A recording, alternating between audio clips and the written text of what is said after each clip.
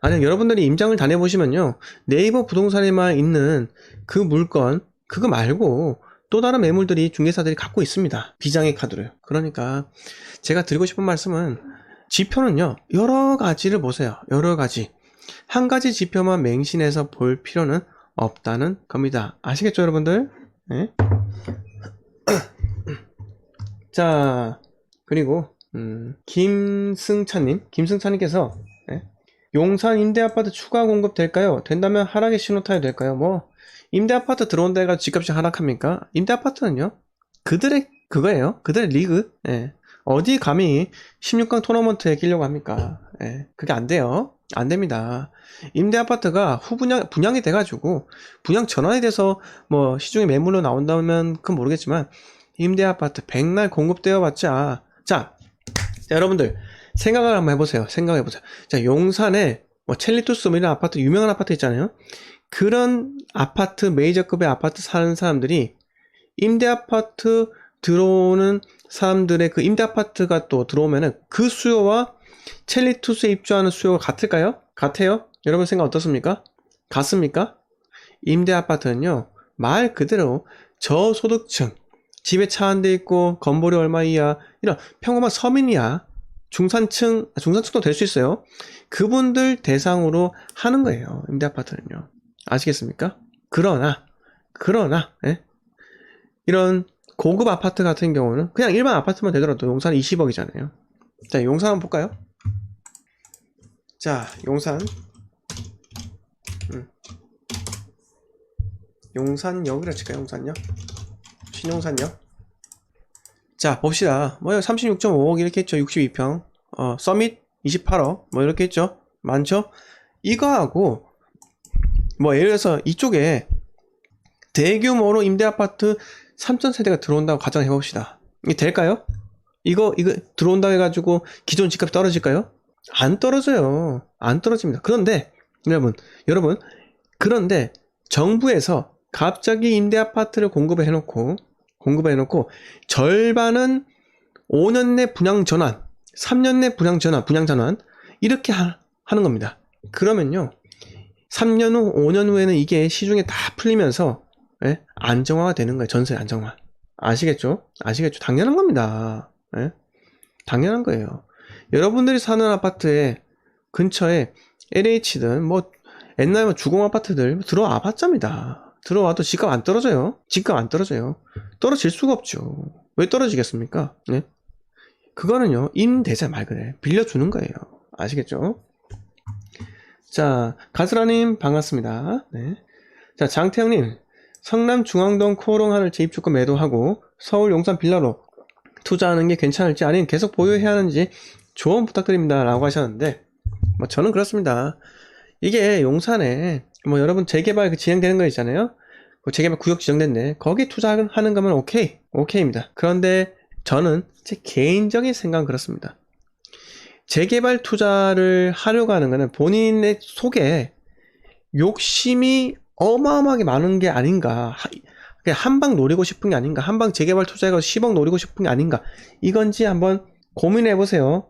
그게 맞다면, 혹시나 내가 그냥 평생 동안 어차피 투자를 할 건데 그냥 안정되게 그 매년 부동산을 통해서 투자 수익 실현을 하는 게 낫지 않을까, 이렇게 생각을 바꿔볼 필요도 있는 겁니다. 있는 거예요. 자, 재개발은요, 지연돼요. 네, 저는 지연된다고 봅니다.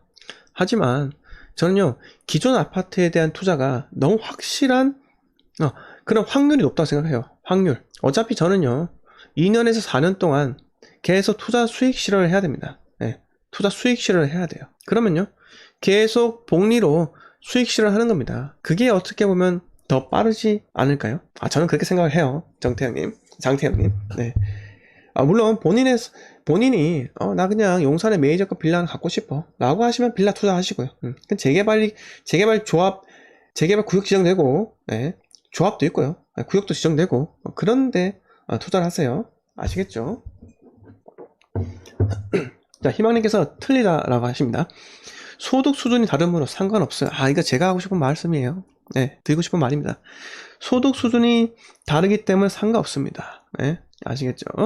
근데 만약에 오세훈 서울시장은 약간 다르게 생각할 수 있어요. 다르게 생각할 수 있는 게 뭐냐면은 서울에 용산 같은 핫플레이스 있잖아요. 여기 임대 아파트 4, 5천 세대 때려 넣는 거예요. 장소는 제가 모르겠어요. 하여튼 때려 넣어요. 때려 넣고 거기에 뭔가 혁신적인 사고, 그걸 통해서 최단기간 그 임대 아파트가 시중에 마치 공급되는 것처럼 작용될 수 있는 무언가가 있지 않을까요? 예를 들어서 이런 겁니다. 임대 아파트는 대부분 다 당첨된 사람이 들어가는 거예요. 하지만 초반에 임대 아파트 지어놓고 일정 부분은 전세 물량을 공급을 하는 거예요. 빠르게 저가로. 그러면 그렇게 되면은 용산의 전세가가 좀 안정될 수 있는 겁니다. 아시겠죠? 매매 말고요. 전세가를 안정되게 세팅하잖아요. 그러니까 임대 아파트 나름이에요. 고급스러운 임대 아파트를 지어놓고요. 추후에 10년 후에 서울시가 소유를 하면서 분양을 하는 겁니다. SH공사가 소유라든가 서울시가 소유라든가 뭐 예를 들어 3,000세대, 5,000세대를 분양을 했다라고 하면은 그 중에 한 2,000세대는 그 서울시나 SH공사에서 공동으로 지분을 갖고 있는 겁니다.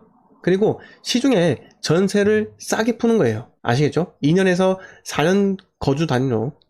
아시겠죠? 그렇게 풀고 나머지에 대해서는 뭐 임대주택으로 뭐 10년 동안 해서 후분양을 하든가 뭐 이런 식으로 해도 되고요.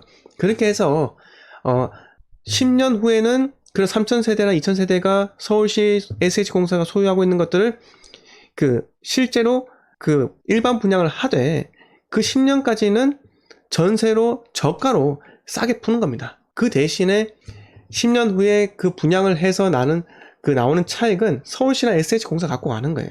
그렇게 되잖아요. 당연히 안정화됩니다. 전세가가 못 올라요. 못 오릅니다. 그쵸?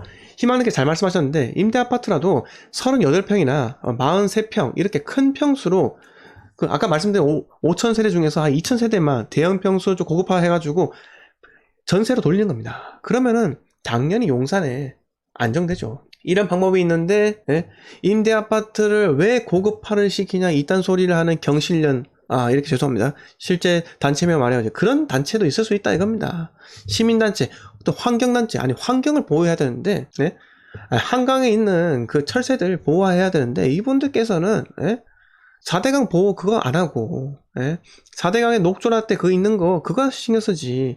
왜 기어 와가지고 임대 아파트가 고급화된다고 그거 정부에서 돈 받아 먹었냐, 돈에 환장했냐 이딴 소리 하냐고요. 이런 식으로 하면은 나라가 큰일 납니다. 자, 제가 드리고 싶은 말씀은 여러분, 최근에 우리 오은영 박사님 계시잖아요. 오은영 박사님께서는 연대 의학 학사예요. 그 다음에 고대에서 의학 박사를 밟으셨습니다. 아동 발달 전문가이기도 하고요. 그런데 이분은 몸이 하나예요.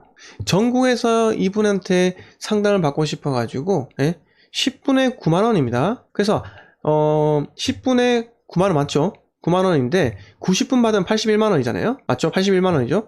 그게 비싸다고 공짜로 해달라면서 하는 정신 나간 사람들이 너무 많아요.